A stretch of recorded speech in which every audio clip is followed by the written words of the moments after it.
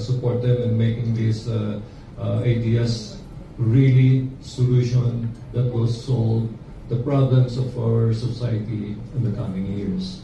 And I really hope, and I am also very happy to note that we still have high school students who are very much focused on STEM, that's science, technology, engineering, and mathematics. Mas magagaling pa nga sila kaysa sa amin. We just need to actually give them the support. And if there's one thing I'd like to ask from our mentors, please help them. The future teams who will be joining the competition, really help them define the problem very, very well. Because most of the teams were so focused and so in love with their solution that when they were presenting it and we were asking them questions,